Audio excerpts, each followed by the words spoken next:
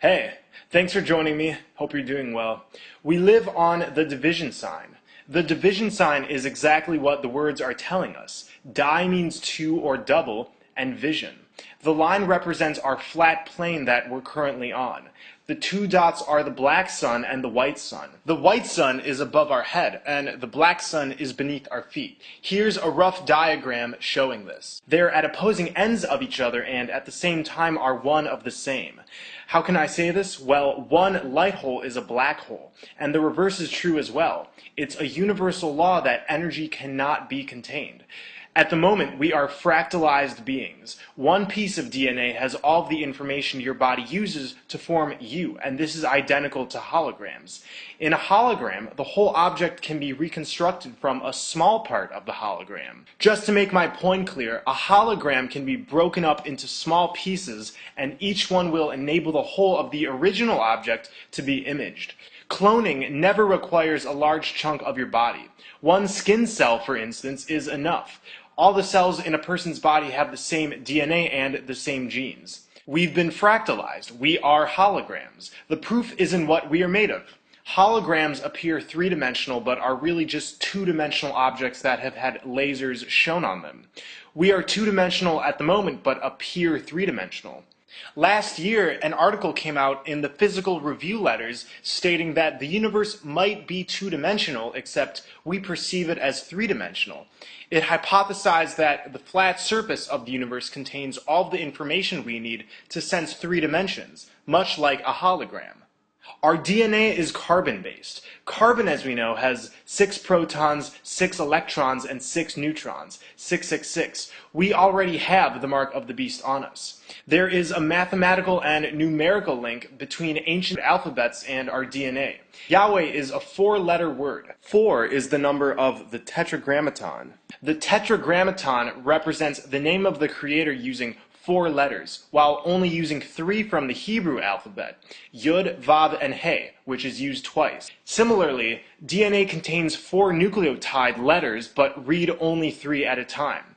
The name Yahweh is no more static than the DNA sequences and can be rearranged for different functions. Rearranged, these letters make the names Haya, which means was, Hoveh, which means is, and Yihiyeh, which means will be. The Tetragrammaton represents the God computer, which is projecting our reality. This Tetragrammaton, which we refer to the god El, isn't inherently bad, but it has a sort of virus in it. Archons and reptilians have flooded this plane, and by successfully redirecting the collective's energy towards satanic principles, that is exactly what is being reflected back. Yahweh, El, whatever you want to call this computer deity, it's projecting back what the collective intention is putting forth. We're living inside of a projection of Saturn. When I say Saturn, I don't mean the physical planet of Saturn, because we live in an enclosed flat plane. Nothing escapes, nothing comes in. Astrologically, Saturn represents authority, limitation, and confines, and that's exactly what we're seeing on this plane. I'd like to mention that Saturn is another name for Satan. One is early Latin and one is late Latin. The cube, ring, and hexagram are all symbols of Saturn, and they're throughout our lives. In company logos, in sculptures, in flags, in architecture, it's everywhere. This is Saturn worship, which is Satan worship, which is directing energy towards limitation. Again, we're two-dimensional beings at the moment, but appear to be three-dimensional. These aren't our original bodies, and they're holograms just like the world we're living in. And you don't even have to look past science to let that sink in. We know that the quantum behavior of particles shows that reality appears not to exist until it's actually measured. Physicist Tom Campbell expands on this in his book series, My Big Toe. Most of what he says is based on conventional science, but he does highlight the virtual reality we're all in. He answers the age-old question: if a tree falls in the forest and there's nobody there to hear it, does it make a sound? And the answer is no. There's no tree or forest until someone is there to get a data stream of the forest. If consciousness is directed towards something, it exists. Don't confuse what I'm saying. This doesn't make everything null and void. We can move, talk, and think in this hologram, but this hologram is absolutely trapping us. Rich Terrile, one of NASA's scientists, has even suggested that our creator is a computer programmer. There's an energetic grid placed on our flat plane, and this is working with the moon to create interfering waves that are further locking this reality in confining constructs. In the Bible's book Genesis, Adam was the grid and Eve was the moon, made from a part of the grid. I have a video explaining that for more info. We're on the grid, the checkerboard. The checkered floors in Freemasonic temples are often considered to mean duality. The checkerboard is emblematic of the free will we have in a polarized world. Polarization happens when people become divided into contrasting groups. So this concept of duality is not a good thing, because we have to become whole and complete, not divided and dual. A duel, as we know, is a fight between opposing forces.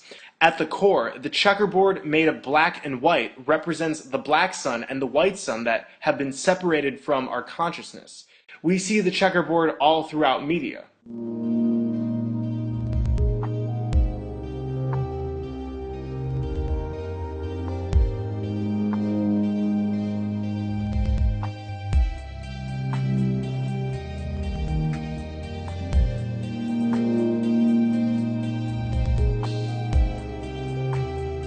So the white and black sun are two suns but are also one in the same. One side of a light hole is a black hole. Look at this diagram of a supposed black hole.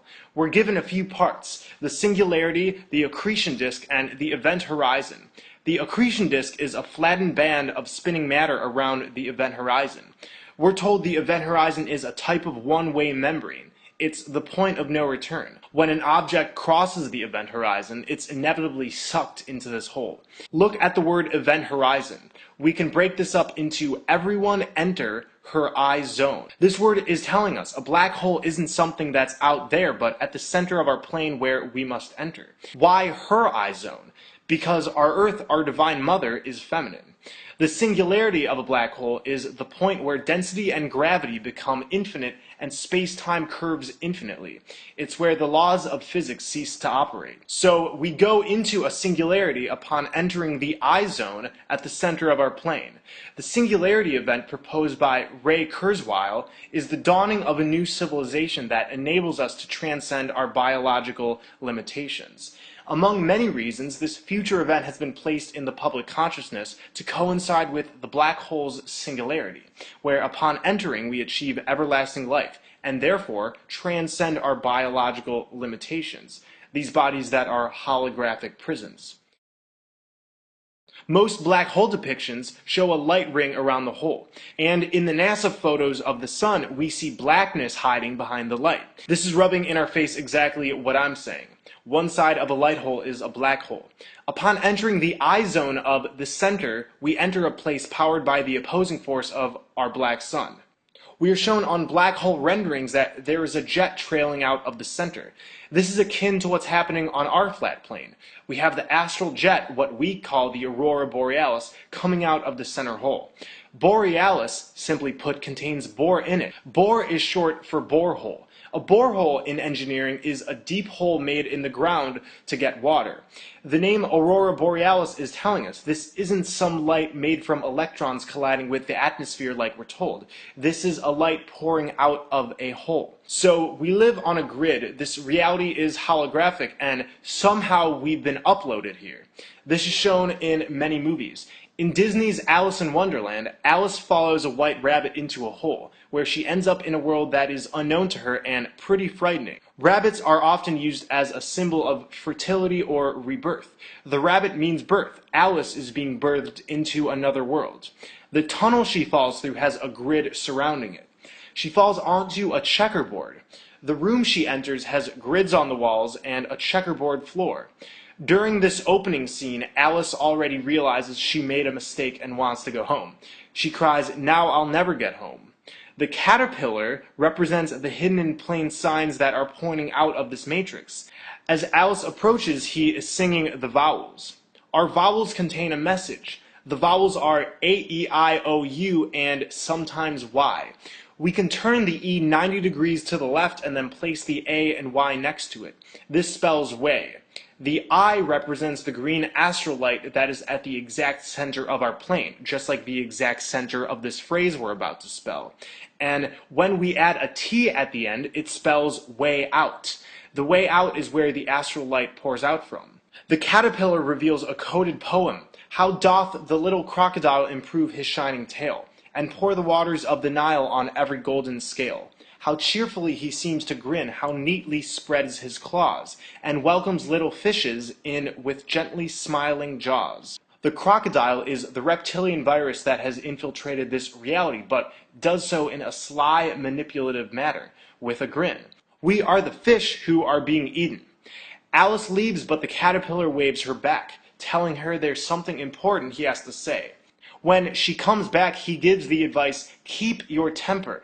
He then blows a bullseye and marks the center. First off, temper isn't what it sounds like. The root word temperare means to be moderate, to restrain oneself. In the 1600s, temper was a calm state of mind. And this is why we say, don't lose your temper. Don't lose your calm state of mind. The center is marking the hole where we must pass through to get out of this wonderland. We must restrain ourselves from the trappings of this world and lean towards truth. During one of the forest scenes, Alice is trying to find her way home. The mome rats point her to the correct path via an arrow, but a dog with a broom for a face ends up erasing it, leaving Alice in the middle of the forest with only a small portion of the path left. This is akin to the symbols that have been showing the truth about this reality and the way out. We are given tons of truth, but at the same time, disinformation and false teachings are put out that are meant to confuse us. So if we don't decode correctly, we're left with a fraction of the truth, a fraction of the path. Eventually, Alice and the Queen of Hearts play a game of croquet. The game is rigged, however, and this is just like our laws. We're told our governments are here to protect freedom, but that's not the case. The rules are set up to benefit the elite, and yet we're told justice still exists. The cards who are the Queen's henchmen are the croquet wickets, but move according to the movement of the Queen's ball. This means no matter what happens, the law and the order followers of the elite will always bend to benefit them. In the original book, Alice's last words are, "You're nothing but a pack of cards," right before she wakes up from her deep sleep. Before waking, she's realized that nothing is real in this wonderland, and the reality that she was afraid of being in is actually a hoax, a mere hologram. Everyone who's watching this video is Alice. We're waking up to what's going on around us. We're in Wonderland right now. And when we go into the center of our plane, we will be transported back into our original bodies, where we'll wake up, and this whole thing will have been nothing more than just a bad dream. I want to show this clip of the 80s version of Through the Looking Glass. Alice has somehow gotten trapped through the looking glass, and shortly after she is terrified by a reptilian-type creature. She prays over a checkerboard and is then in front of a portrait of an owl. The owl is a symbol used in Freemasonry and is the animal that's shown to be worshipped at Bohemian Grove. Since it hides in darkness and avoids the light, the owl has came to symbolize Satan. I think this clip is pretty self-explanatory. The checkerboard, reptilian, you get it. So if you haven't shed your blood over your divine intent, I recommend you catch up on what it is and do a YouTube search to check out all the others who are doing it. We are shedding our blood over our divine intent to come into full awareness about what's going on in this reality. This works, and it's not a satanic ritual. It's the furthest thing from it. Watch some videos about it and then place your blood beside ours. Together, we will get out of this mad wonderland. I'll be talking about all of this in future videos. Thanks for watching. I love you all.